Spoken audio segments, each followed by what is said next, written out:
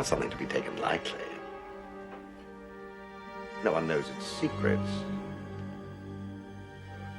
It's like nothing you've ever gone after before. Oh, Marcus, what are you trying to do? Scare me? You sound like my mother. We've known each other for a long time. I don't believe in magic, a lot of superstitious hocus pocus. I'm going after a find of incredible historical significance. You're talking about the boogeyman. Besides, you know what a cautious fellow I am.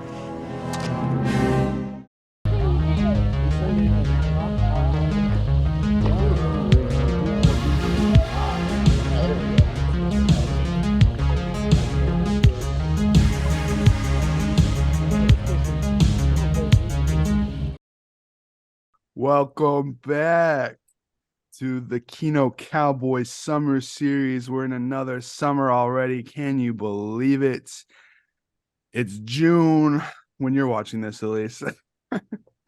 And we're discussing one of the greatest adventure movies of all time, Raiders of the Lost Ark, or retroactively named Indiana Jones and the Raiders of the Lost Ark, which is when did they do that? Around the time Temple of Doom came I out? think when they I think when they put out the DVD box set in the 2000s. Makes sense. But it's like, what a mouthful. That's George Lucas for you. But you can just say Raiders. Everybody knows what you're talking about. Yeah, exactly. You say Unless Raiders. you're talking about like the LA Raiders or something.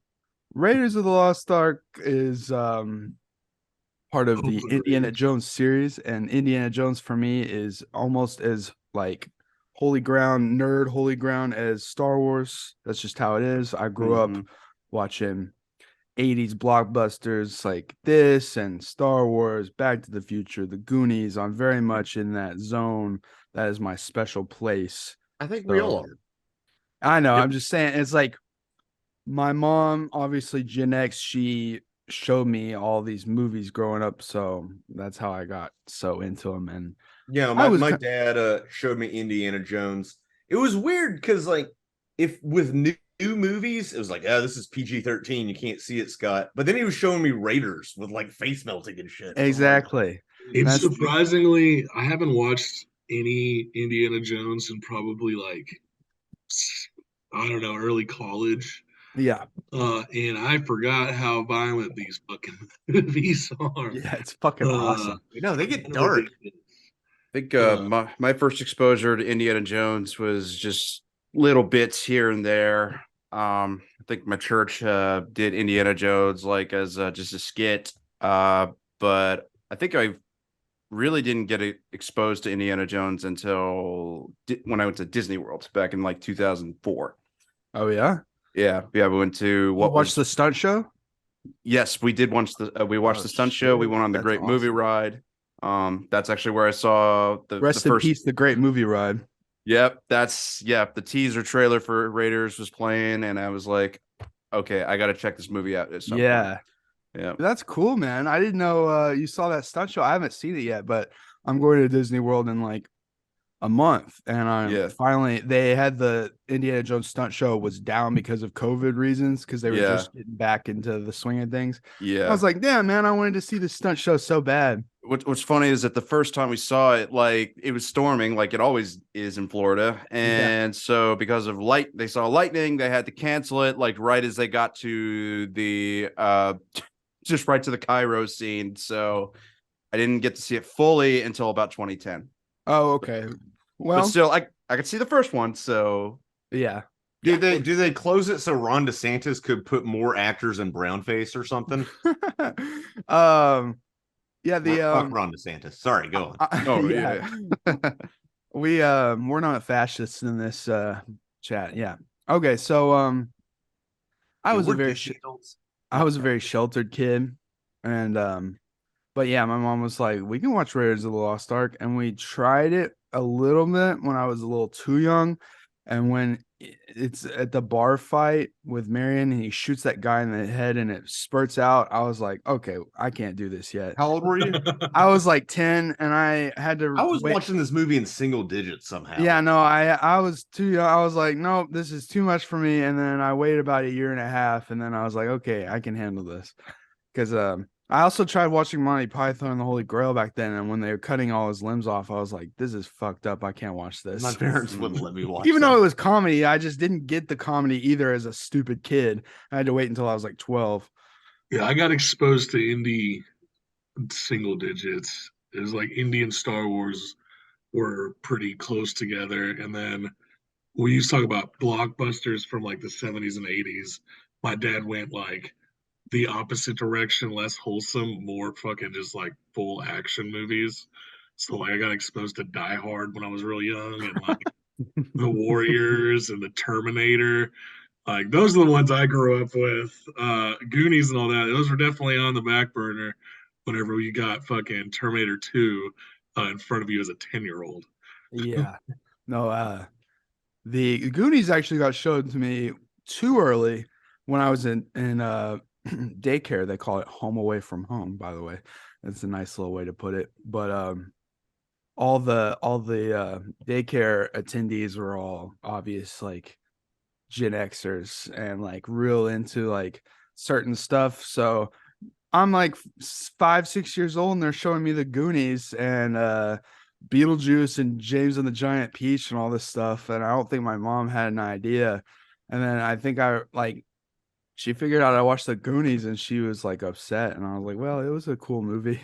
But those are the few things that I did get exposed to early on. But my mom is a mega fan of this movie, obviously, as a lot of people are. But my grandpa took her to see it when it came out in 81. She was like 11 or 12, and she'd never seen anything like it. And she was so scared when all the snakes are in the dungeon area or whatever it's called, where the Ark is, that she like had to put her legs up on the seat, and because she was so scared of the snakes. And That's good filmmaking. yeah, no, Yeah. that's why I think about that all the time. It's like that reaction is so worth it, to make. Your mom was right around the age that Indy was dating when he was 27 years Yeah, old. we'll talk about that in a minute. Now, we'll say, everyone listening, I always assume people know all this stupid knowledge about movies, and I'm like, well, wait a minute. I'm not sure they do. So I'm just gonna say, obviously, George Lucas loved movie serials in the 1930s and 40s. He went to the theater as a kid. And back then, they would have adventures themed ones and space themed ones, obviously. And that's where Star Wars came from. This is where Indiana Jones came from. They're just influenced from these old serials because back then, you didn't have TV. You would go to the theater, pay 10 cents, and then watch like 10 different serials, and often like cartoons, and then they would mix in what's it called?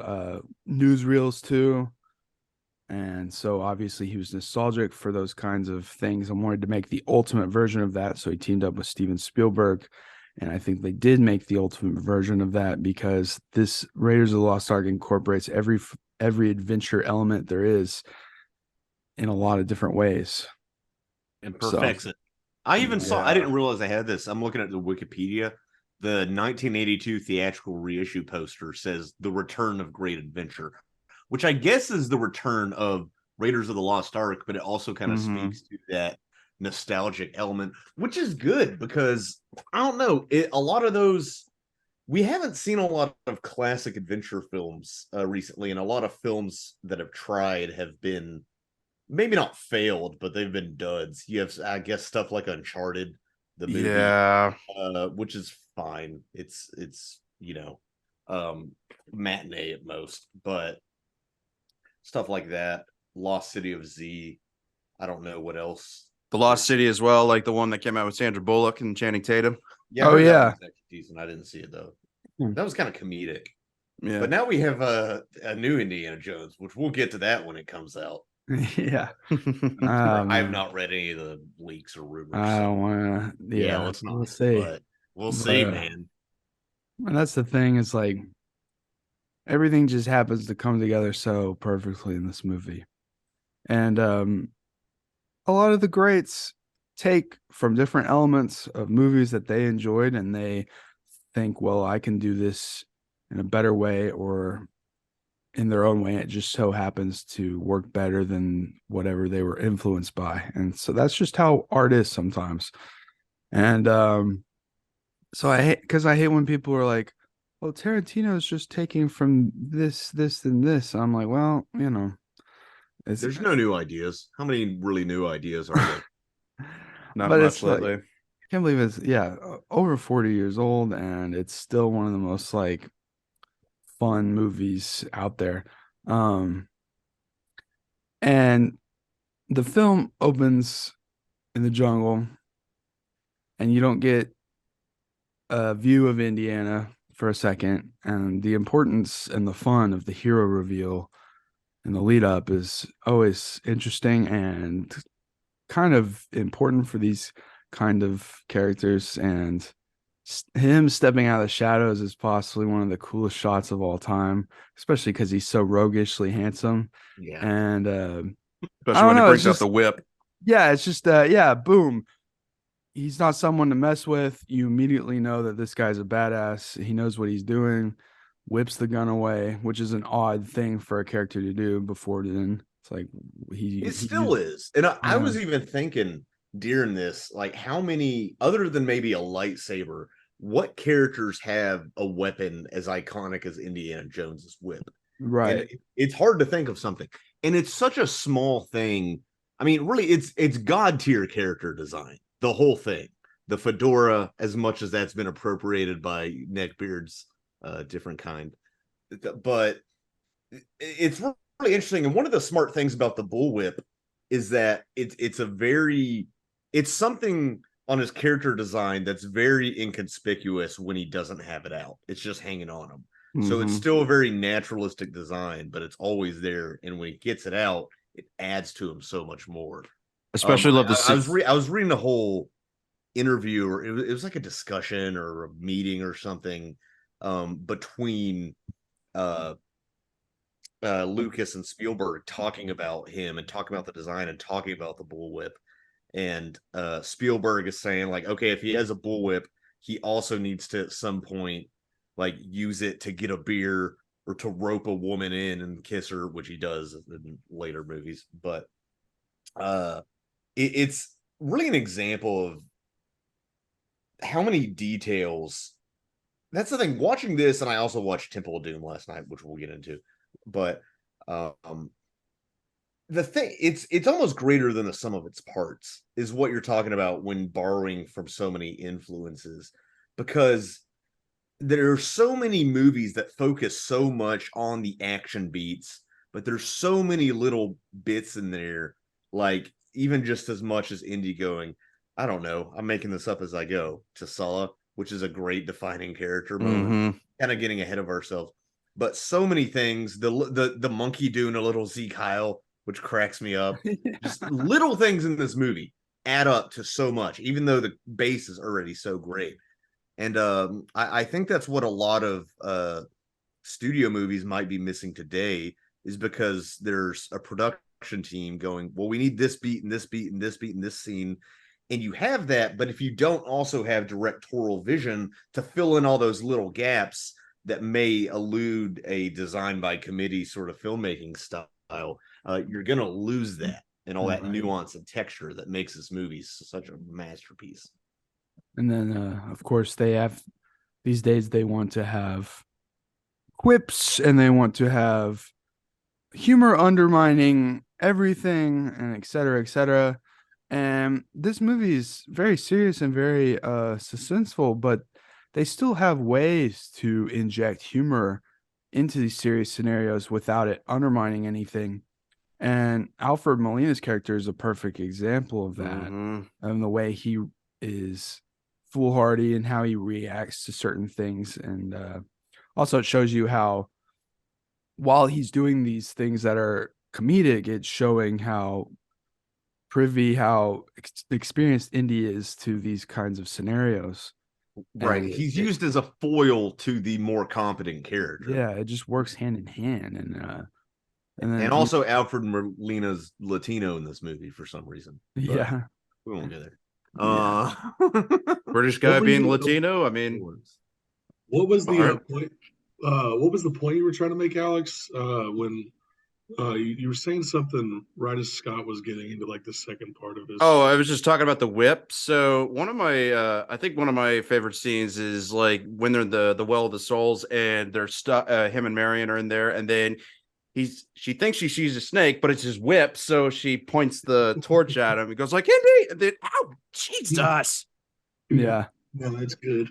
Yeah. Well, that's a smart thing is that it's more than a weapon. It can be used for so many different things. Yeah, it's like see more humor there that just fits in.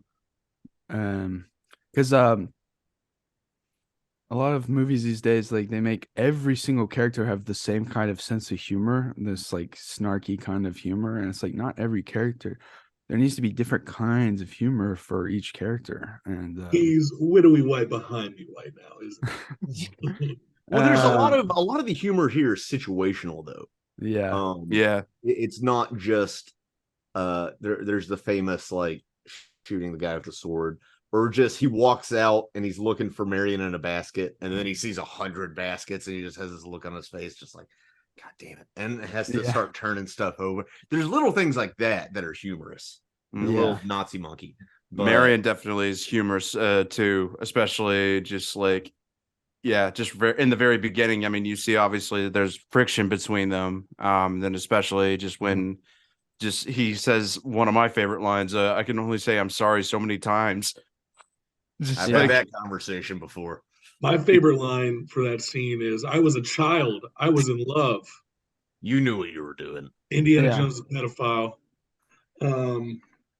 I do want to go into. You want to just knock that out right now? No, it pisses me off. I forgot about that.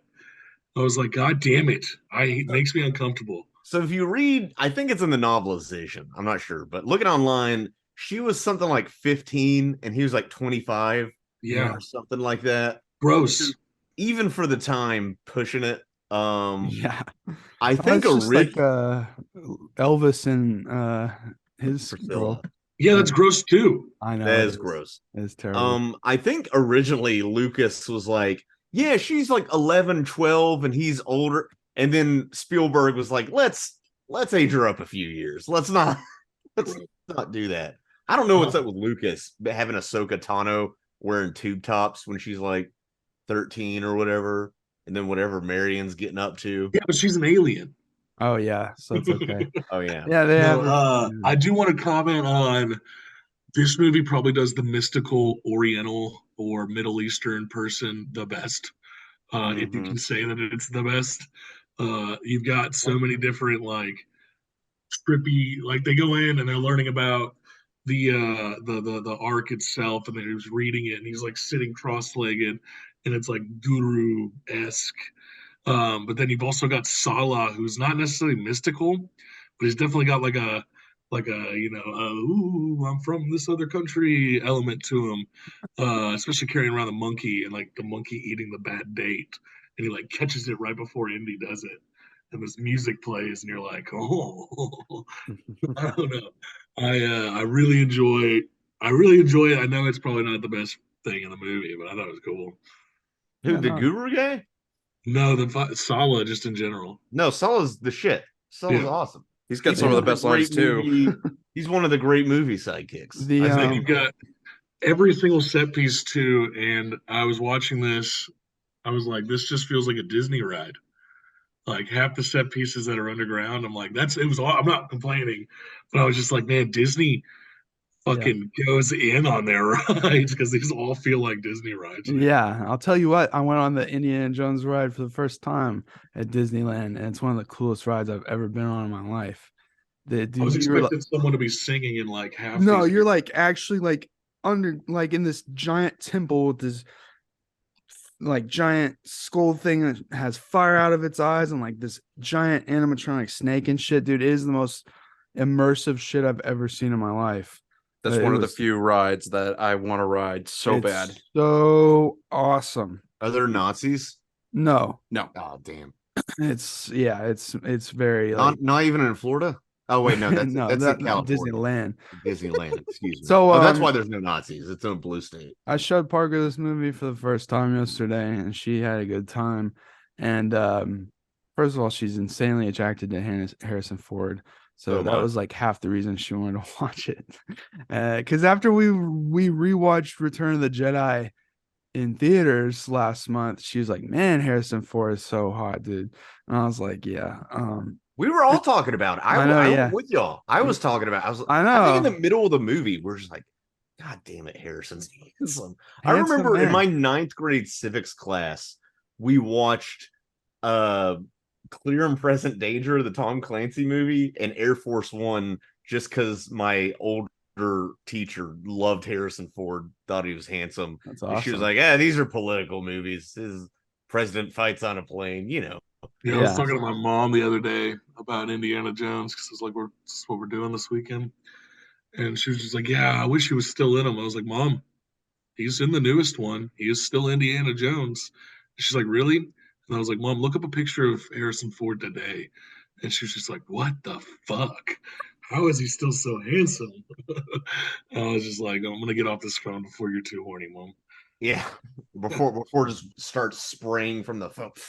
I- The I remember he did an interview, I think with Barbara Walters or somebody, one of those. And this was around Kingdom of the Crystal Skull, and he was like, the suit still fit, like he's still fit into his Oh old yeah. costume.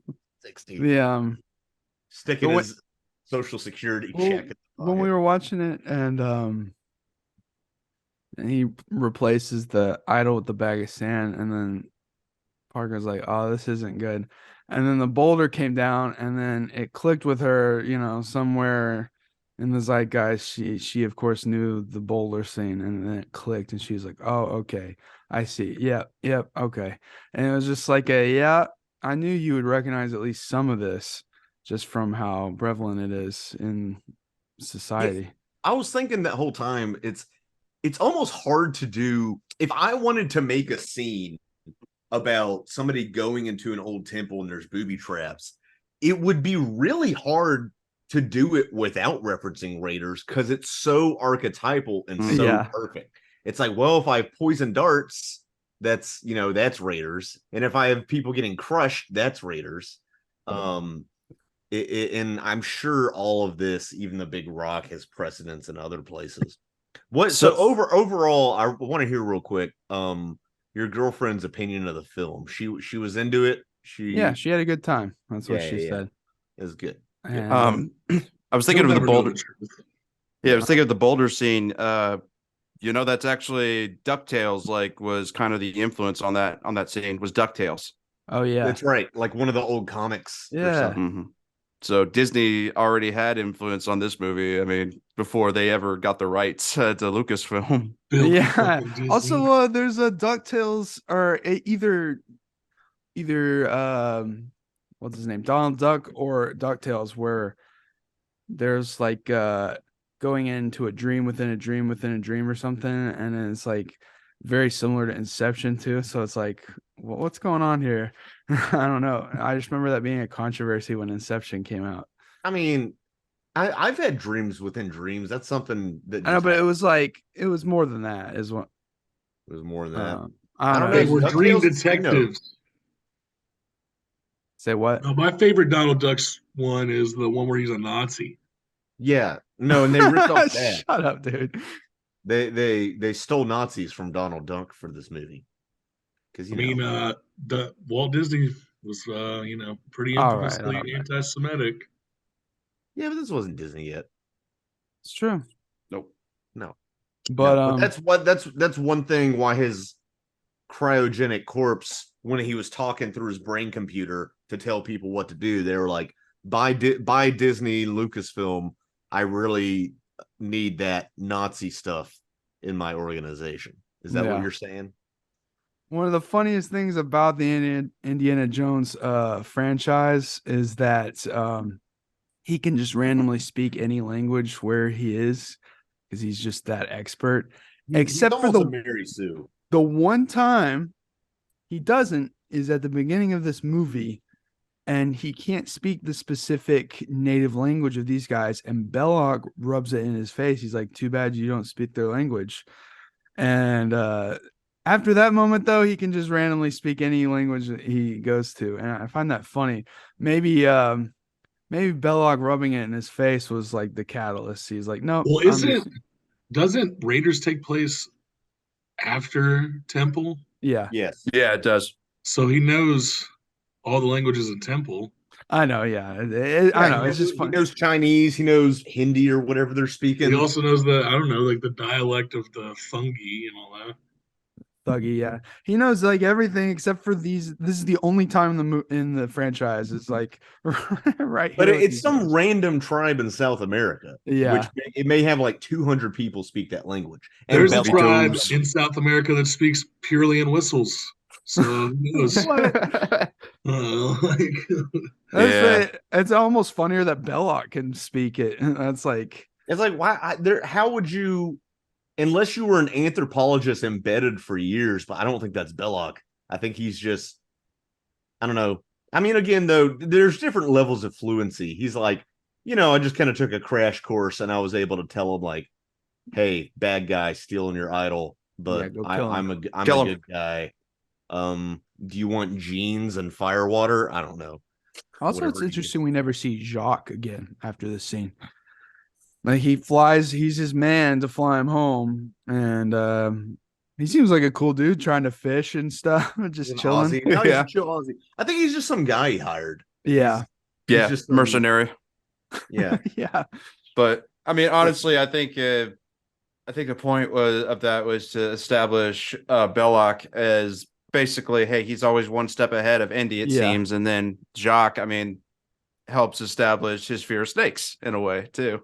It's the character development we get from, okay, he's a badass with a whip, and then he's also smart and knows how to find this temple and navigate it and stuff.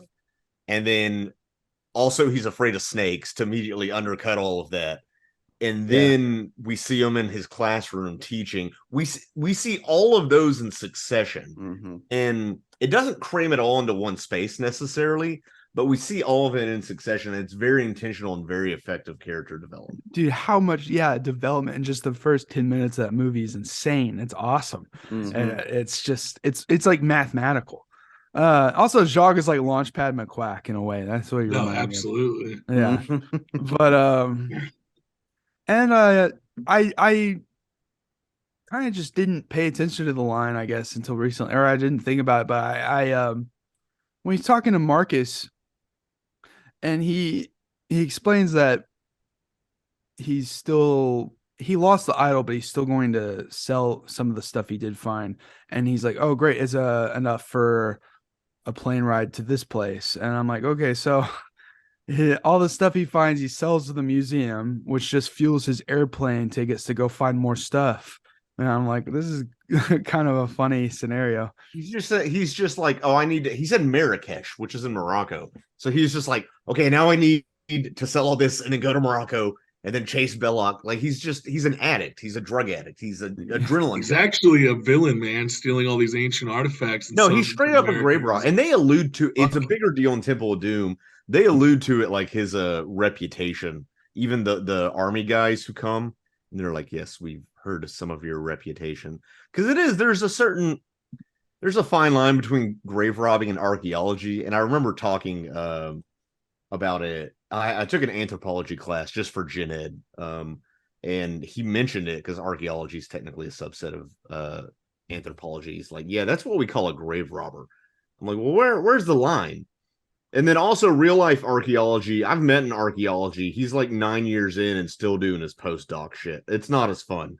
It's not nearly as fun as this. Well, it's like there's drama to this day. Like I think with the British museums and some of the artifacts that they have been, stolen from these countries, and now there are countries that are like actively trying to get them back. Right. Yeah, I saw Black Panther. I think. Well, no, this was like I saw an article recently. It was like I think it was Greece. No, it's a running joke. A lot of like I've heard multiple comedians on stage make a joke about the British stealing shit. Except cuisine, which they should steal because theirs is bad. Except for tikka masala, they stole the tikka masala. No, that originated in the UK. That was a fusion. Really? Yeah. That's their national dish. I do know. I don't want to go down this rabbit hole, but it's like there's a lot, there's a lot of towing the line, like Well, you there said. is. I went to in Italy, I went to the Vatican Museum, and they have a bunch of Hellenistic stuff, and a lot of, I mean, hell, the Romans kind of stole their whole culture from the Greeks, didn't they? But and then a lot of Egyptian stuff, and I know Christendom spans the globe, and I'm like, how many of these? I don't know. But then again, do people care about their mummies getting stolen? Do those people It'd be care? different if he was like not seeking monetary gain for the shit he's got, but like he's actively just like, yeah, I steal shit from other cultures to make a buck. Yeah, religious items of religious significance I risk my life for. But he Of also, he does. existing religious tribes. But that's an interesting character flaw. It makes him more complex. Yeah, but it does show the reverence he has for wanting it to be in a museum, wanting people to be able to see it, and his just pure interest in history is nice. It's beautiful to me. And when It's a real colonizer take. no, Well, he doesn't want it in somebody's private collection. He just doesn't also doesn't want it in the hands of the indigenous people. yeah, well, when what's his name? He's a villain. Marcus? Yeah, Marcus takes him to go talk to these dudes about the Ark, and it's just pure exposition for like 7 minutes. Mhm. And to me, it's so interesting to hear about the history of the Ark and everything. It's just, I don't know, they make it way more interesting than Sunday school. And I was Well, they wondering embellish. why it works so much. I guess because it's got this mystery element to it. And It's a number of things. It's the characterization. It's even the character design of the two guys, army guys who come in. Even their costuming, and one's portly and the other's kind of a scrawny old guy, so they have that interesting visual foil to each other. You develop his character further, and that he just happens to know about all this shit, and you give him a history with his old professor. Even develops Marcus a bit, because Marcus says some stuff. I noticed that this time. I feel like in The Last Crusade, he's a bit more of a bumbling fool, but which I still like. I don't care. Yeah. But in this one, you can tell, like, yeah, he's the nerdy guy, but he even at one point says, if this was 5 years ago, I would be off to go get it myself. Although I don't think Marcus could fight Belloq and the Nazis as well as Indy. Yeah, that would there's be an all of that, movie. and then there's also visual. It's not all dialogue. There's also visual information. He's drawing on the chalkboard. He gets that old book or Bible or whatever it is, unclasps it. Good prop design. Yeah, but it's immediately on the page he needs to be. I hate when that happens in movies. Oh yeah, he just did he not opens have a the bookmark book and or it's like something? boom, right there. It's But right there. I can look past it. Maybe he happened to be looking at it before. I don't Has know. that never happened to you though? Have you ever done that? Yeah, The problem maybe is once it's or not twice. realistic, because I've done that where I've opened it right to the right page of a textbook or something, but I'm always like, oh dang. So if I was I with was people, say it's not realistic unless you go, oh shit. yeah, that's right. It would be more realistic. He was like, oh, look at that. Typically, I mean, me being go to church, they usually have a bookmark or something. So Right. but like you said, that Bible, man. yeah. Well, also, I guess the scene kind of reminds me of the same reason why it's fun to get sucked down those like conspiracy videos on YouTube or TikTok. It's like, oh man, what if this is true? What if? Yeah, this is the originator of the Jews running everything. And it's funny how, yeah, shut up, dude. And it's funny how he's like, Indy's full into this lore and he knows everything about it. And he talks about how it's like, yeah, first of all, he knows way more about it than these guys, and he doesn't even believe in it.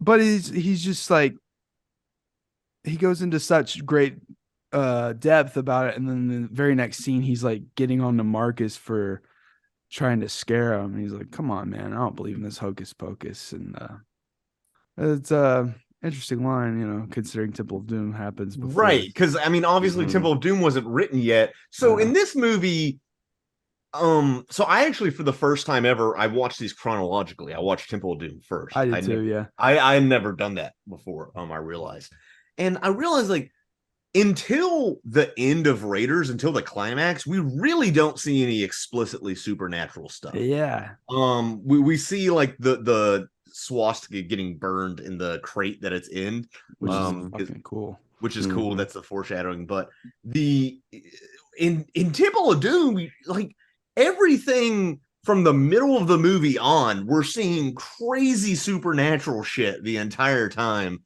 But in this one, he's just like, yeah, I don't believe in that hocus pocus. There's even in the Dial Destiny trailer, he's like, I don't believe in magic. It's like, what the fuck are you talking about, dude? I think old age is getting to him. He's like, I don't believe in magic or women's rights. Let me tell you about this civil rights movement in the 60s. But I was a 20-year-old. I was able to fuck as many teenagers as I wanted. Yeah, now they're able to vote. Yeah, so he goes to try and talk to Abner, who's dead. We don't really get a full. Hey, I feel really stupid. Is that Marion's dad? Yeah. Oh, okay.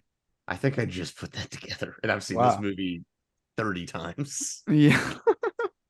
Including Abner's dead, and Marion's running this obscure bar out in the tundra, and we get an immediate showcase of her not just being some wimpy chick. She's able to outdrink this brutish man. Yeah, she's like the prototype of the pick-me girl of like, yeah, I can drink with the guys too, sort of thing. Or she's just an alcoholic because in the middle of that gunfight, she has dude, she's too strong of a character. I guess she's too woke.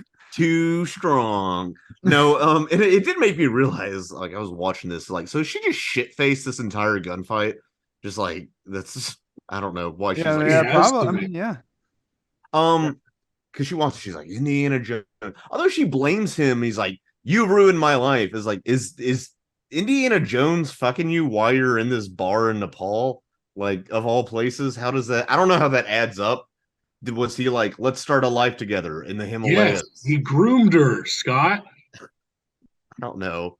And then thankfully, we don't have to go by the book or anything. George Lucas might have said we can just go by the dialogue, and maybe she was like 17, 18. 17, 18, and he was promised her marriage or something. Yeah, I'll go with that. It could be a metaphorical, like I was a child. Yeah, when I was 19, I was essentially a child. Yeah, man child. No. Indiana deserves to be Me Too, just like everybody else. Yeah. Okay. Well, it is a weird. It's a weird thing. It's hard. We don't have to really get it. We already talked. Oh no. We are abhorrently against Indiana Jones on this cast now, boys. Okay. Well, Colonizer pedophile. Spielberg's great at side villains having their own little introduction, and this creepy little German prick comes in, and he's got the interesting sniveling like character design where you just want to like spit on him and like hit him in the face. I don't know. He's just like, get out of my face, dude. That's what I don't know. He's just like gross. He's like, I am amazed consistently. And that's another detail thing that Spielberg's able to do. Like, his casting is perfect. Yeah. And I don't know if because he gets more actors. I mean, because he can do that. Because at this point, he had already made, Close Encounters of the Third Kind and all sorts of shit. So he was already a force in Hollywood. But does he spend more time casting? Is he just better at it? Or more people auditioning? And it's also just that in tandem with the production, with the costume design and character design. Yeah. I really do wonder what it is behind the scenes that makes it so much. Because even the side characters have distinctive looks, which again is something I feel a lot of movies today, they overstuff. Their movies are overstuffed with characters and side characters, but they don't always have a visual flair or even much of a personality. Really, they might have a stock personality. But even in this, you can have stock characters, but with an interesting visual design, make them like this guy. I had to look up his name because like we don't really get his name other than maybe a mention. His name's Tote, and his actor's name Ronald Lacey. I'm like, that guy's name is Ronald, but it also kind of makes sense. It's like he can be he doesn't really, he's one dimensional really, but he still works for the film better He's than like any. the old caricatures of like Nazi scientists, Yeah, like old school propaganda. He Yeah. looked fucking identical, and that's yeah, what, like you from like there out, like every Nazi scientist kind of has the same fucking look on him, going all the way to like Arnim Zola and Captain America nowadays. Like they've even got the same kind of like sniveling. They yeah. all look like fucking Piglet. That's the vibe I get from like an evil Piglet. I don't know They're why, but Nazi Schwein. They have the like high it voice and looks everything. exactly. It's like it comes off as like fucking Piglet decided he hates the Jews. Yeah. And that's the image that's always in my head for those types of characters, and you'll never. I don't know why. I don't That's know. And my it's like, headcanon for Winnie the Pooh now. and it's funny because he's obviously a baby in a way, because of the way he runs out screaming when he burns his hand. But he still has a moment of intimidation. Like it's pretty intense when he pulls up. He likes fucking torture. He doesn't like being hurt. Yeah, Like and Yeah, and he didn't really. One of the things I found interesting on a rewatch is he doesn't try to coerce Marion, try to pay her, even threaten her with violence. Like he pretty much goes straight to violence because right. he doesn't care because he enjoys it. he's got the Nazis best are Hail. bad guys. He's got the best Hail Hitler in all of cinema, where he just Oh, yeah. walks in. Hail Hitler. With Just like the real I'm gonna casual. clip that now. Yeah, it's seriously. I don't know why, but I really like his like presentation of that line. I thought you Like, meant with the staff of Raw. well, he walks in like after he's been gone for a while, and he's back in to see Marion, and he just walks in and it zooms in on his face. He raises his hand. He's like, "Hail Hitler," and like that's like the only presentation of it, but I really like it. I still like the monkeys, Zeke Kyle. Yeah, it's crazy. It's But- so stupid. I Well, forgot about that just for it. Yeah, me too. That I might was be like- my favorite part of the rewatch, which is why I keep mentioning it. Another interesting thing I thought about Tote is that he's also organized. I mean, right? I mean, he's organized. Like at the moment you see him, and like he's got a couple of guys around him. Then the next couple of scenes, like when he's wearing a suit, wearing a hat, then you see the scene where he pulls out the what looks to be a choker and he turns it into a hang. Like Which is- I it's laugh just so all-time hard at that great every gags. time. That's such a good gag. That's a great gag, and Ryan Johnson was inspired by that gag, and he does that kind of thing in The Last Jedi where you think it's like this ship or thing coming down, and it's just a what's Iron. it called? An iron for clothes. That was an ode, an homage to that. Oh yeah, it was. Is that confirmed? Yeah. Okay, cool. Prove it. Yeah. So yeah, that bar fight is really awesome, Mhm. and there's again, there's funny bits in this serious scenario that once again just add to the characters and doesn't undermine the seriousness of what's going on. Like when he says whiskey and she hands him the bottle and he smashes it over the dude's head, and he could have just he could have asked for any alcohol, but he's like whiskey. I don't know. The gunfights is like top notch to me. I mean, Yeah. anytime I think of a great gunfight, it's always going to be always one of the top scenes I think of. Yeah, because the wood is shooting out and there's splattering of alcohol everywhere. It's like real carnage for a second, and then the whole place burns down. And they do it in a few times where the blocking is really important to the gunfight because you don't have people shooting into crowds. Like sometimes in movies, people will do that. Yeah. But in this, it's a bit more realistic. It's a bit more grounded. It's not John Wick, basically. So that really heightens attention, but it also allows his character to get into more hand-to-hand combat for that reason, which is where he excels at. And it's that, I don't know, it's pulpy, but in a good way. Yeah, and also they got those MP40s with steady aim and Juggernaut, man. Those things are really World War. Damn. People at home, if you don't know, the most insane thing about Spielberg is he doesn't really do, what's it called? Well, what I'm saying is he doesn't block and prepare his shots until he's on set that day. He doesn't really storyboard. He gets there and he's like, okay, we're gonna do it like this, and this. And most directors do not do it this way because that is insane. And he's just such a master. And he's like, no, I'm gonna do it in the moment on set, day one. Here we go. And you I can can't see say how shit. that'd be better if you're that guy, because instead of you do have to improvise because you'll get on set and stuff looks different than you imagined. Sure. You know, or actors are acting differently. You're like, well, let's roll with this because it's not a novel where it's the same every time. You have to work with people. But he's such a master blocker. Like, what are you gonna say to him? Nothing. It's incredible. Hey, I think you should plan more. Yeah, okay. The post underperformed. I've always heard Spielberg is a masturbator. Yeah. Well, even stuff like I was reading about how different directors of photography work with different directors. And because I think it's one of those things, the director of photography, depending on the experience, the director has more control over the visual look of the film. Because if I were directing a movie, I don't know enough about lenses and lighting and stuff. I might be, well, I kind of want it to look like this. And the director of photography would be like, okay, well, we can do this, this, and this, and it'll look like that. I'll be like, that sounds good. Spielberg goes, I want this light here. I want this light here. Use this lens, which a lot of directors do. They know what they're doing. But he's very specific, was like, you work for me. I'm Steven fucking Spielberg. Yeah. And these movies, especially the first two, heavy use on shadows in every scene.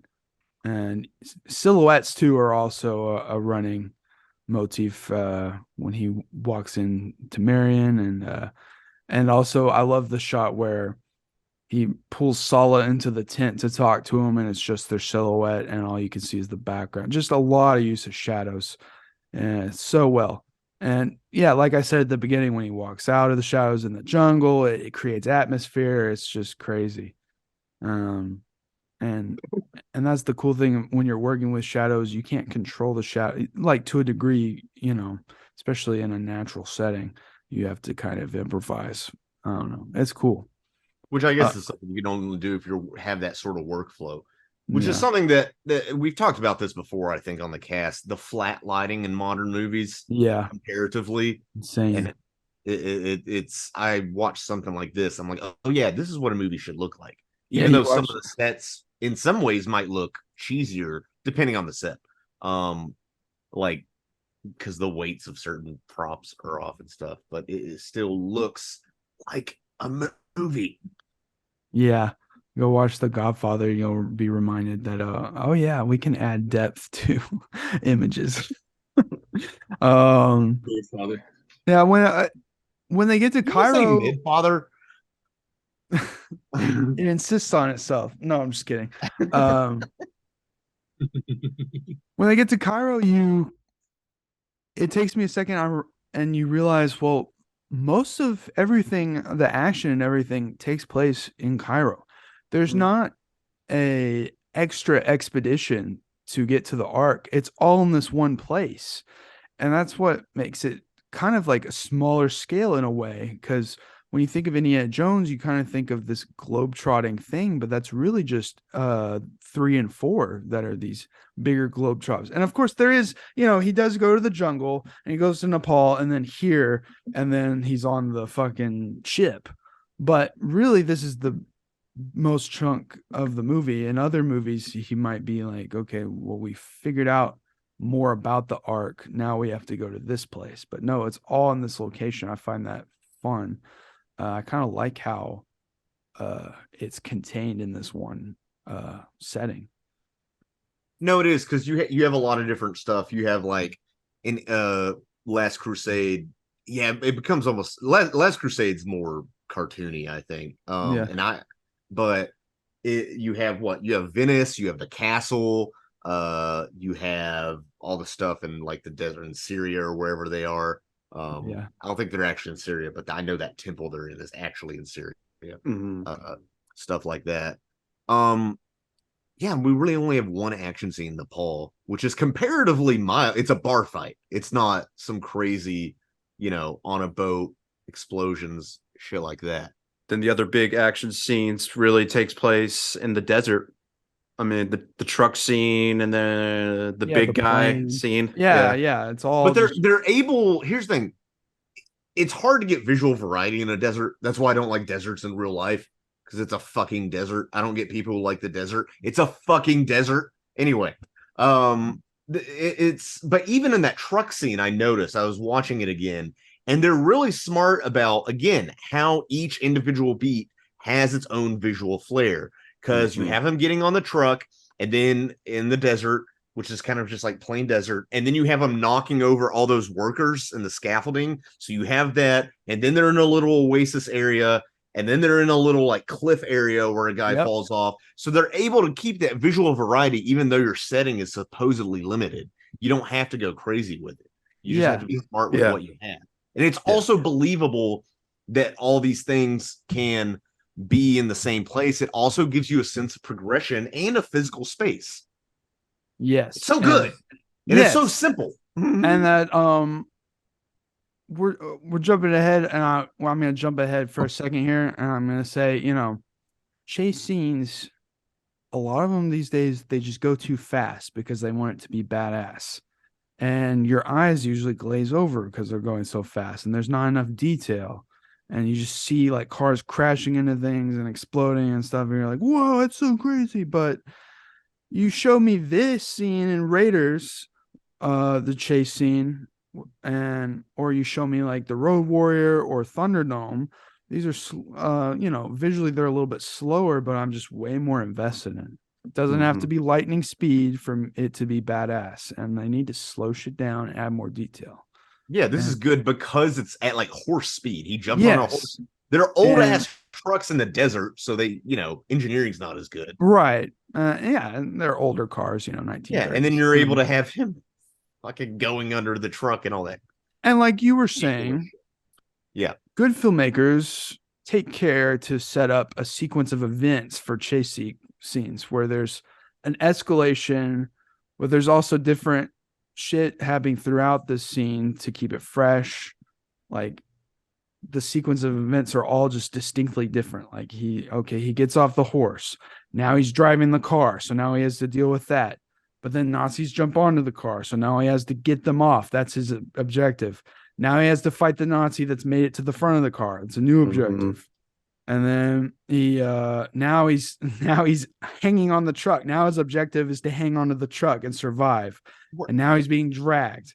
And all these different scenarios are all suspenseful in their own different ways, but it's all linked up together so well. And you give these chase scenes these mini objectives, and it just works so masterfully, and it makes it so interesting. And you're hanging on by a thread at the edge of your seat for every single moment, beat by beat. And it's all about the beats, man. Right. And I remember my playwriting professor calling it unit objectives. So you have like a super objective for the character, right, which is like get the arc back, and then which also typically ties in with their own kind of character arc. In this case, I guess him understanding the power of Christianity. And then, but you have these smaller unit objectives, which I do feel, like you said, with chase scenes, it just kind of goes on, but it's all the same objective stretched out, and then maybe some little set pieces sprinkled in. But is there a sense of peril? Because Indiana Jones fumbles his way through everything, which is what I love about it. He's very much a luck-based character, even though he is high. I'm talking like RPG terms, high intelligence, high strength, but like really luck is his thing. Yes, and hence the line. I don't know. I'm making this up as I go. Yeah, that's so good. I love it. And like, it's okay to let the hero get hurt. Indy gets shot, dude, and John McClane gets fucked up, dude. And I feel like actors' egos are getting in the way these days of just how much they can take. Like The Rock or Vin Diesel in Fast 9 is basically an indestructible superhuman, and Thank God for John Wick. That shit's hilarious. Well, John Wick's indestructible almost too. He almost is, but he also gets fucked up. He does get fucked up, but yeah, dude, Vin Diesel is a great example in Fast 9. He's just like a car's like crashing, he like jumps out and like slides and like stands on the ground like he's Captain America or something. I'm like, dude, which is a ridiculous thing to me as an actor. And let's be honest, I like Vin and stuff in his movies. I like Riddick, but Yeah. would I call him a thespian necessarily with maybe the best understanding of storytelling? I don't know. And I've never worked on a movie. I don't know either. But you would think vulnerability is what makes people relatable. Right. And that's kind of like my thing. Okay, so I'm a stand-up comedian, and vulnerability is very important there. And I don't like certain comics, like say a Kevin Hart. He does have some stuff he makes fun of himself for being short, but you have certain comics, for instance, and they'll start out kind of young and scrappy, have a special or two, but then as they go on and get too famous and too rich, they become unrelatable and less interesting as a comedian. And I think the same thing is true with any character, a fictional character, an actor. You want to see them be vulnerable, and it's good to see Harrison Ford get the shit kicked out of him. Yeah. It's fun. It's fun. I watched the countdown that was like the 12 superpowers that Dom Toretto has. Yeah. Dude, it's absurd. But I like that for different reasons. I like it because it's shitty schlock, Yeah. But this is The way that they're talking about it right now, him, Tyrese, and Michelle Rodriguez, they're like, when's our Oscar coming? yeah, delusional Dude, that takes. Tyrese Gibson said the word Oscar shouldn't even come out of his mouth. And I haven't seen those movies, but it's Fast and the Furious, dude. Yeah. Isn't Helen Mirren in those? Yeah. She shows up. She wanted to, and she was on the Graham Norton show, and she was straight up like, I want to be in them. And you don't act like because she's an actress. She played Queen Elizabeth, and she was like, you don't really act. You just do that. But I think it's funny she snuck her way in there. Yeah. So when they're in Cairo, that guy with the eye patch and the monkey, I used to have an action figure of that guy. That's actually pretty sick. It's just like it's the same thing as like having a Hammerhead action figure from A New Hope. I don't know. Right. No, they just used to make action figures. I remember one time I was at a thrift store. I didn't get it, but I saw an action figure for Ivan Drago's wife in Rocky IV.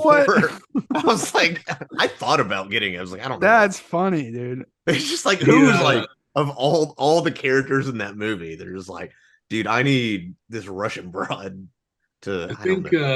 I think Raiders has the best like physical gag of like any adventure movie ever made, and it's where the big Egyptian dude comes up with the sword, and just like swinging it back and forth. Oh yeah, and then he's like, "Fuck this shit," and just like shoots him. And that's the thing about that scene is like, it's like the ultimate like bro trivia of like, okay, Harrison Ford was sick that day, so he didn't want to do the planned fight scene with the guy, so he just asked if he could shoot him, and they said yes. So that's how that came about. And that's such like an overstated like or oversaid piece of trivia. It's like Aragorn when he breaks his foot kicking the helmet in Lord of the Rings. It's just like that's his actual scream of pain. Yeah, it's the same thing. It's like some of this trivia. I'm like, well, I'm pretty sure people listening to this probably know it all. I mean, if you're a big enough fan, like I've because it is obviously we didn't address this straight up. Normally we do more obscure movies than this on the podcast that have been arguably done to death. But it's fucking Indiana Jones, and we're having a good time. It's summer, start of summer.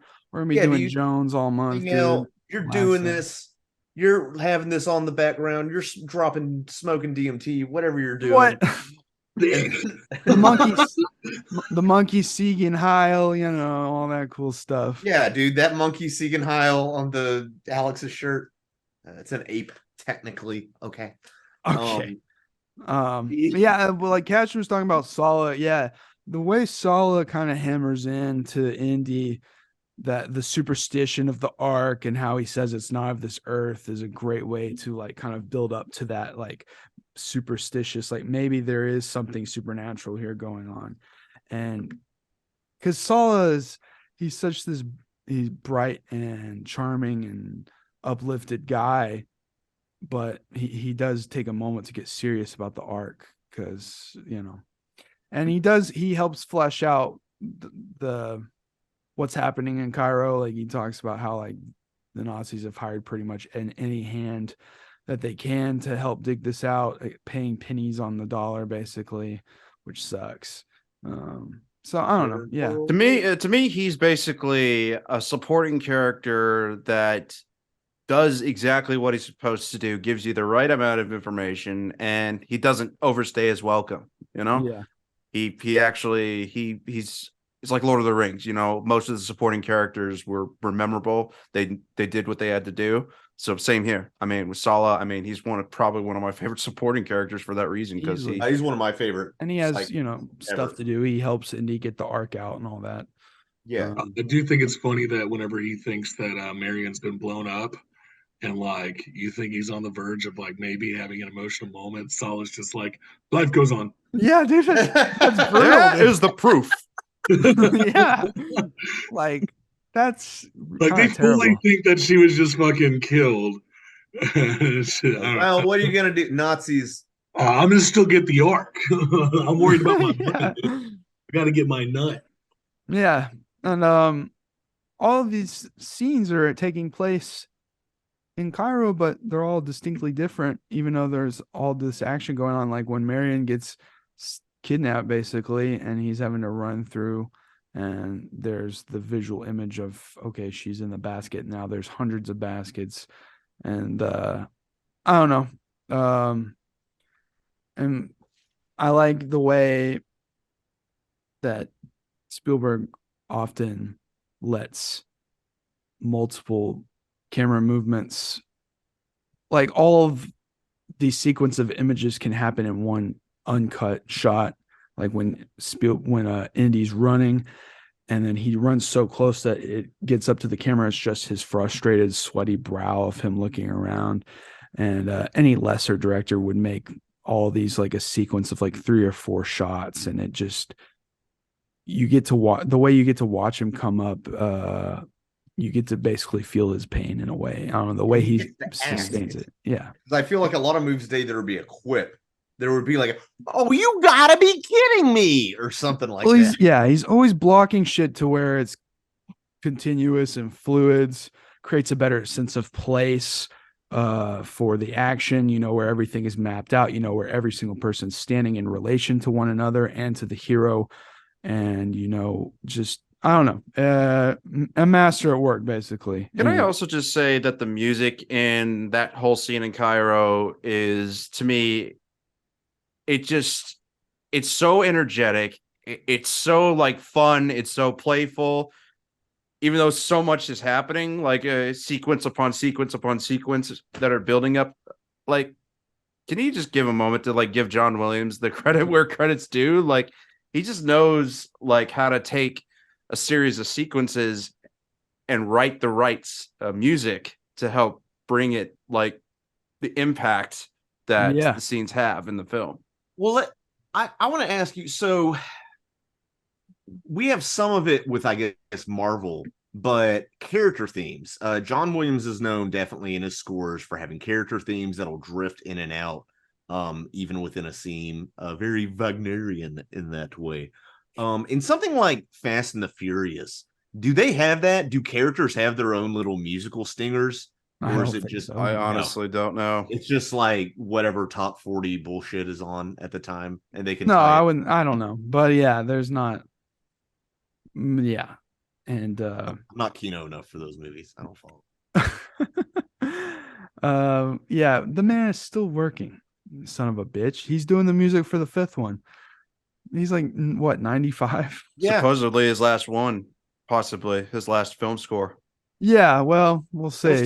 We'll see what happens. I mean, Hayao Miyazaki said the exact same thing. Yeah, he said he was done, and then he was like, well, actually, I'm gonna write a piece of music for Obi-Wan. And now I'm gonna come back for Indiana Jones. Okay.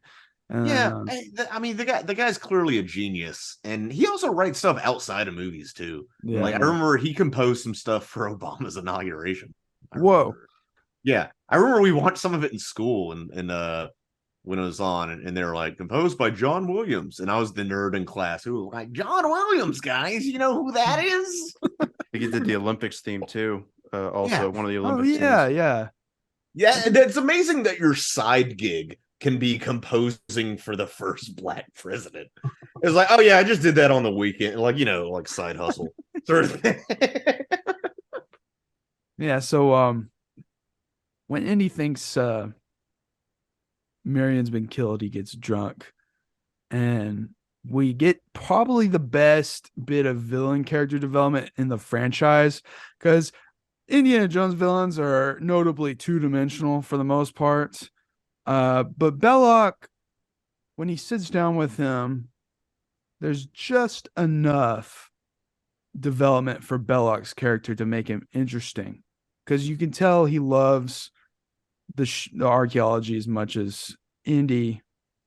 And there's like when he talks about burying the pocket watch for a few thousand years, it's just interesting to hear him talk, and it is just enough to make him a little more fleshed out than the rest of almost a little sympathetic, although the guy's still working with motherfucking Nazis. Yeah, but you could see in different circumstances. I don't know, is he evil or is he just a competitor?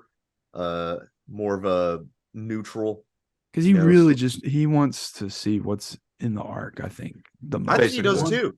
I think that's mainly what I think he's mainly like, this is the best way. These are the most powerful people I can partner with to be able on this archaeological quest to complete it. He says he wants to talk to God, that the Ark is a radio. And because he's clearly more spiritual. And he's also, I guess he learns ancient Hebrew or whatever he's good with languages. Right up to the point, and sorry to jump ahead on that, but where he's wearing the full garb. I mean, just at the end, but again, that's way ahead. But still, I mean, you're right on that one, Scott. It just, he's so religious. Well, why? So what's his other than cinematically, it's cool. He says, well, let's check to see if shit's actually in there, first of all. But why does he go through the whole ritual? Because even the Germans are like, why are we doing this old Jewish ritual? He probably knows more about the Ark than anyone else. Yeah. Even more than Indiana Jones. Right. And he probably just wants, because he is more religious, he probably wants to make sure everything's done perfectly right, because he probably has heard, I don't know. But again, well, there was some scriptural basis of I remember in Sunday school, and I think we brought up Raiders of the Lost Ark. Of the Ark had to be, it was what do you call it? How they have the rods, almost like the pallbearers. But that's like very, laid out very specifically, I think, in the Bible of like these are the units. Yeah, it's always weird in the Bible. They're like, it needs to be 7 cubits long, and I'm like, is this all relevant for the theology? Anyway, it's like, this book is already really long. I don't know if I need like a geometry carpentry lesson. Anyway, but I mean, that's not me knocking it. It's just like, what? And there was, I think it's funny, I think a lot of the religious experiences then, it was almost like static electricity, because you're holding this gold, and gold is more conductive than copper, actually. Out in the desert with sand and stuff scraping by it, it's building up all this electric charge. People don't really know what electricity is. Some of the people, the priests might be literate, but then some of the other people might not be, and they touch it and they feel like, oh my God, it shocked me. It's the thing of, it's the will of God. That's one of the scientific explanations, as banal as it is. In this movie, we do not get a scientific explanation. We get some fuck crazy shit. Yeah. Also, another thing with Belloq, we do get more of him when Marion's trying to get him drunk, and he's, he doesn't even fight back when she pulls the knife. He's just like, fuck it, go. And he says there's desert 3 weeks in every direction. Yeah, so, but he does try to protect her at the very least for as much as he can. No, it really jumped out to me in this viewing how much more sympathetic he is, because he's not a brute like those Nazi Schwein. He even, and you can tell he's a very posh upper class kind of guy, because he said his family's distillery or vineyard or whatever, for whatever they're drinking, makes that. And then he's like, even in this part of the world, we can be civilized. And he brings out that dress, even though I think part of it is horny, because there's no women. Yeah, he's pervert watching her through the mirror Pervert and watching stuff. her. I Yeah. remember when I was a kid, that was like, he's flawed, but he's not entirely evil. Right. no, evil enough though. Evil He's as enough, evil- yeah. He's as evil as Indiana Jones. He's just trying to make his money. No. He is. Hey, Indiana at least he Jones is not doesn't evil, fuck but- kids that we Yeah, know he of. doesn't fuck kids. That we I know mean, of. he might have teamed up with the Nazis, but what's to say that fucking Indiana Jones wouldn't have if the Nazis got to him first? No. Indiana Jones hates Nazis. Yeah, he hates bad Nazis movies. because the Americans pay him to hate Nazis. No, shut up. Indiana Jones is the true villain. This is a stupid argument. It's not a stupid This is a argument. good bit. You're just I will upset. say, Well, the Nazis, okay, so this movie's what, 1936? So it's before the invasion of Poland and all that stuff. yeah. The Night of Long Knives, which is basically when Hitler was like, I'm going to kill all the opposing leadership and just take over. Fuck the other political parties. That was in 34. So they were definitely considered bad guys in Europe by this. And fucking Yeah. around.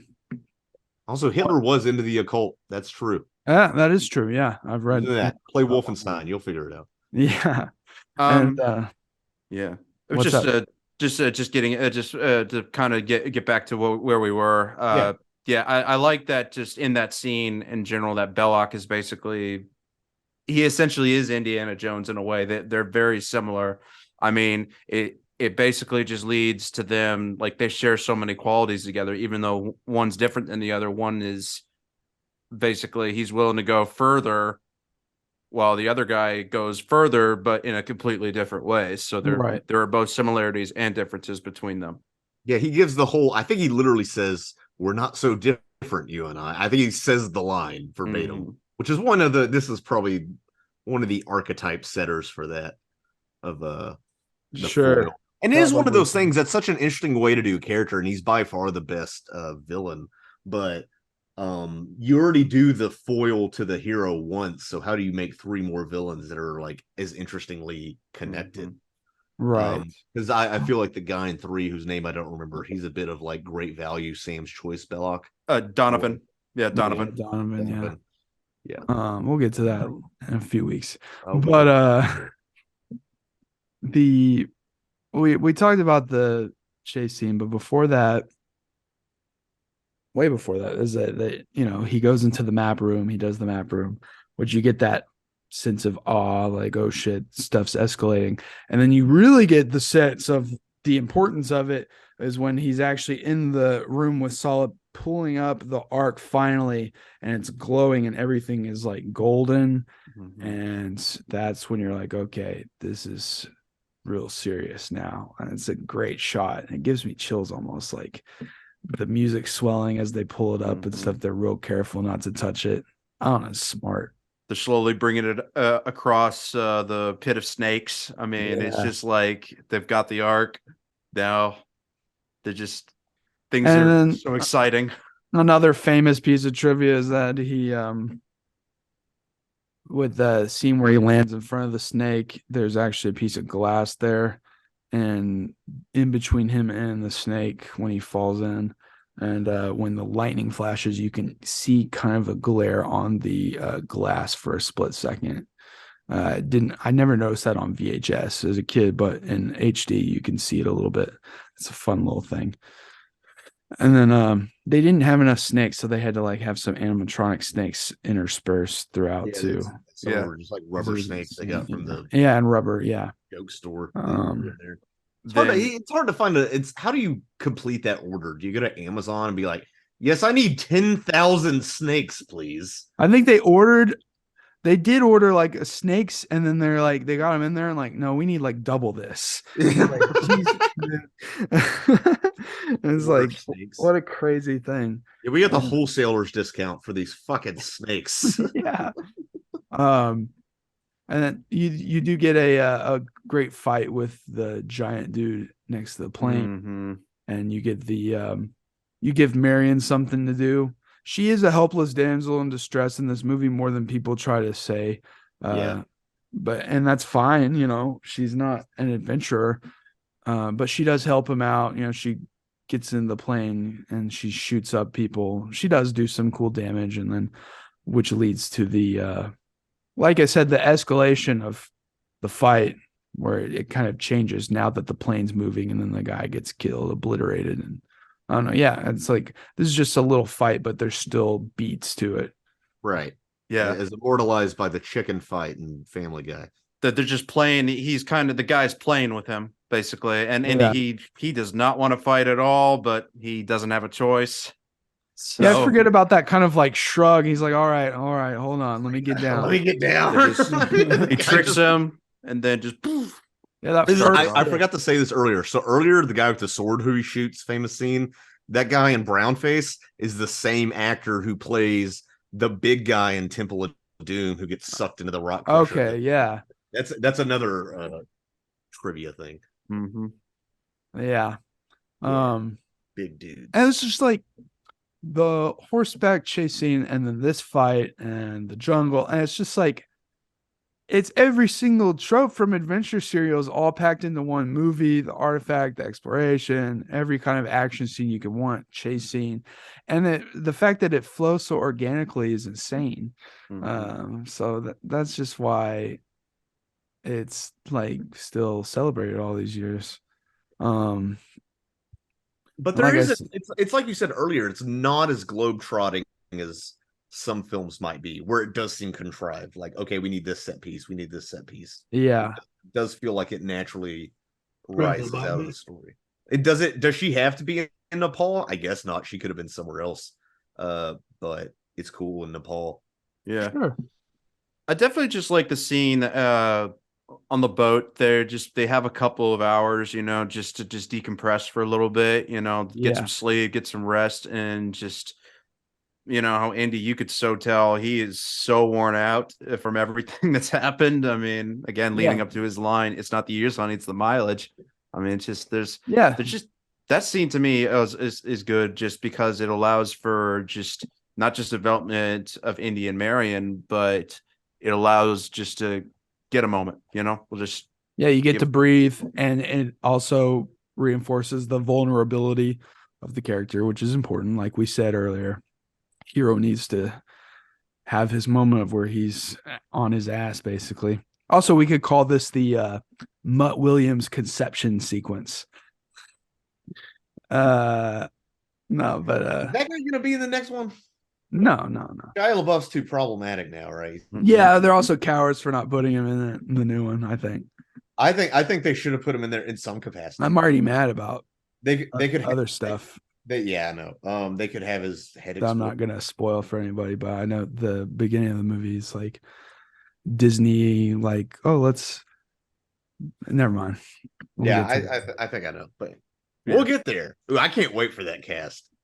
We and it's interesting. We rarely do new movies. I know, yeah. Now, yeah, but you got to be part of the zeitgeist. Exactly.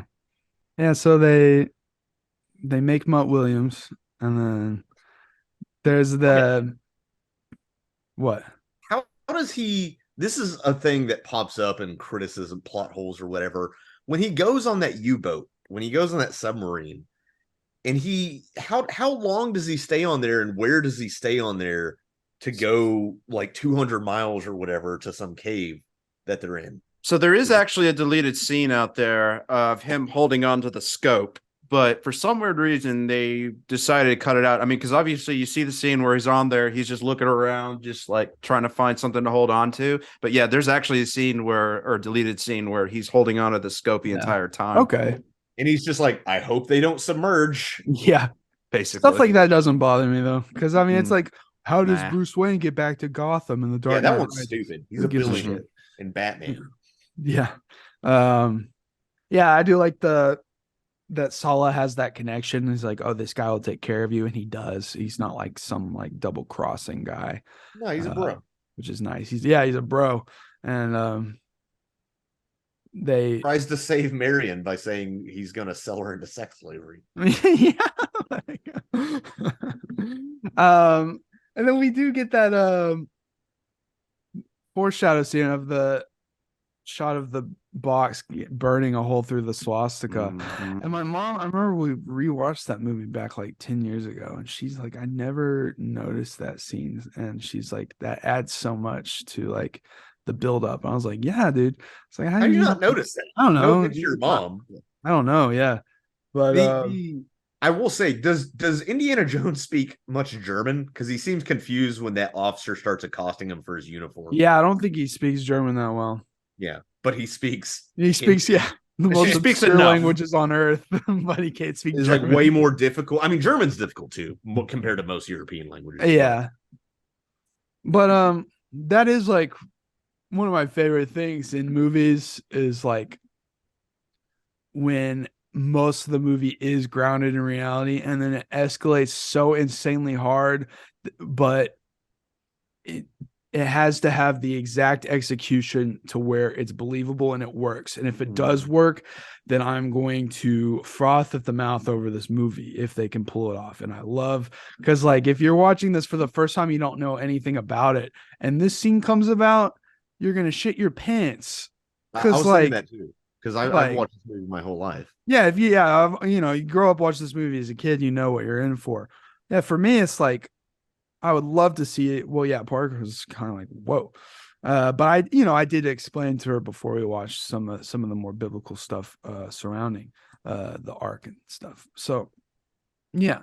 And that's such of course, Indy would have the knowledge to be like, okay, Marion, shut your eyes. I always like that. Like, he's like, but Belloq doesn't, or maybe it's just hubris.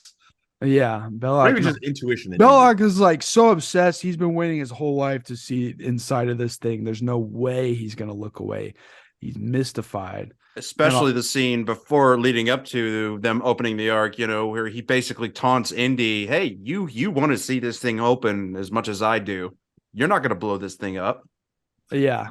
Another great character moment. And it's great for Indy because it is, as much of a grave robber and scoundrel as he is, like there is that respect of history and love of archaeology that's in there. And like that. He's always wanted to go after, that's one of the greatest achievements would be to find the Ark. So of course, I was about to say it's like the Holy Grail, but then I forget that he actually gets the Holy Grail. Yeah, but it's like,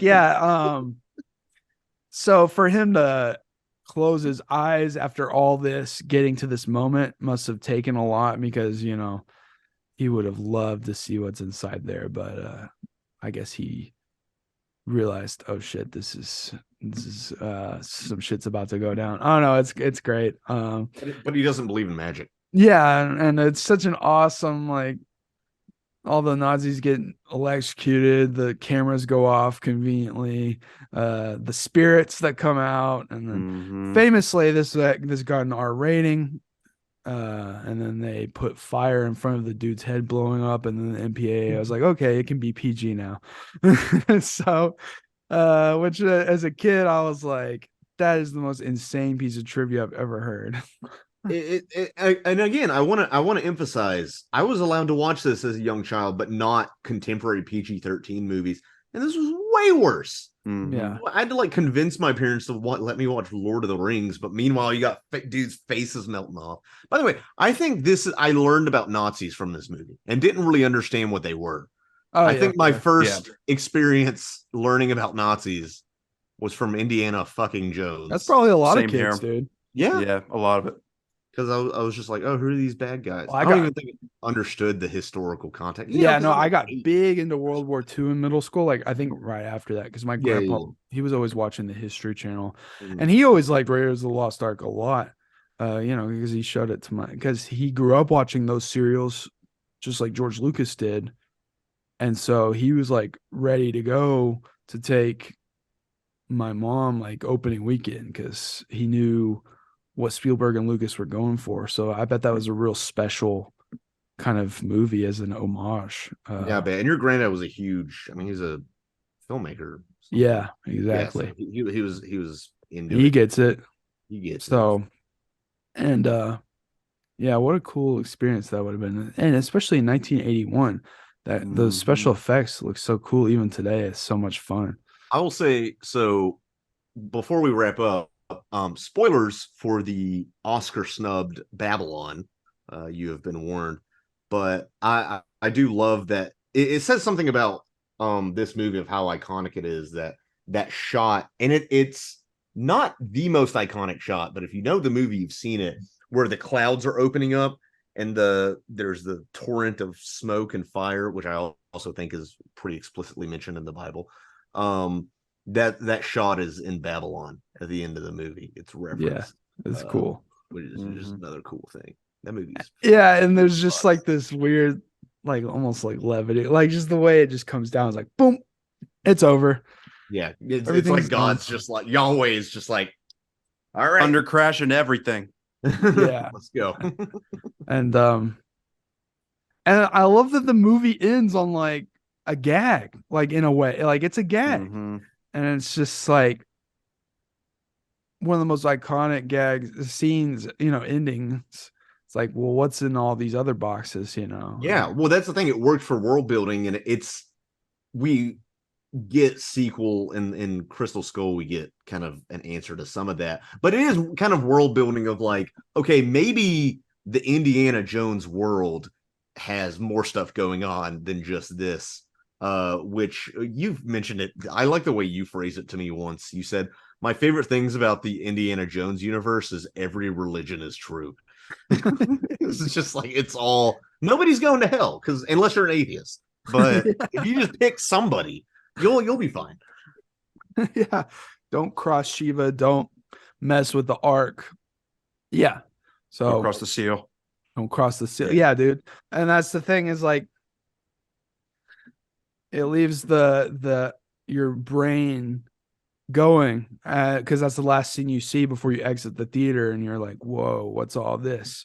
And then you're also like, damn, you didn't get to put it in the museum. It's too powerful to be in a museum, I guess. But yeah, I don't know. Marcus was like, it should be studied. I'm like, how are you gonna study it? People open it and got their faces melted off. Yeah. Are you gonna like blindfold yourself and just fumble around so you don't see anything? But the guys, they said it's being researched by top men. Top men. Yeah, no, they should have made a sequel where Hitler somehow finds a way to harness the power of it and uses it to take over the world and creates like mechs and shit. No, I'm just kidding. Yeah. Well, there's the sort of point fan theory, whatever you have, is if Indiana Jones had done nothing, it would have had the same outcome in the movie. That's what people argue. I don't know if I agree with it completely. Yeah, you think they would have waited until Berlin to open it up or something? I don't know if it matters. I don't know. I've seen varying degrees of that argument, and yeah. Also, who cares? Yeah, exactly. Who cares? It's one of those things where people make an argument, and then I'm like, okay, it's not that big of a deal, and B, then there wouldn't be a damn movie, and I like this movie. We get to follow him on the journey. But yeah, that is people like to point out things that don't matter and then try to act like there's some sort of plot hole for just to sound smart or for clicks. And it's just like, you're not doing anything here at all. I don't know. It's just aggravating. I know more about screenwriting than Lawrence Kasdan. Yeah. Anyway, any final thoughts on Raiders of the Lost Ark? Or sorry, Indiana Jones and the Raiders of the Lost Ark. Raiders. I'll basically, I think just Raiders of the Lost Ark to me is the standard at which most adventure movies just to this day have not been able to top. Right. I mean, you've got you got Mad Max Fury Road that came out like just screaming with its action pieces. But again, I mean, Raiders of the Lost Ark, you're still going to remember all the adventure moments because again, it is the epitome of adventure. It just defines adventure in a way. It pays so much tribute to the original serials. It has so many good characters. It has so many good classic like musical pieces. I mean, John Williams again. I mean, John Williams. But to me, Raiders of the Lost Ark is everything I love in a movie, which is excitement, just on the edge of your seat, and just some really damn good storytelling. It's my second favorite film of all time for a good reason. Yeah. And dude. Yeah, it's just one of those films that I know that film by heart. I know it just left and right. I mean, it's one of those films I never get tired of that film. It's one of my all-time favorite movies.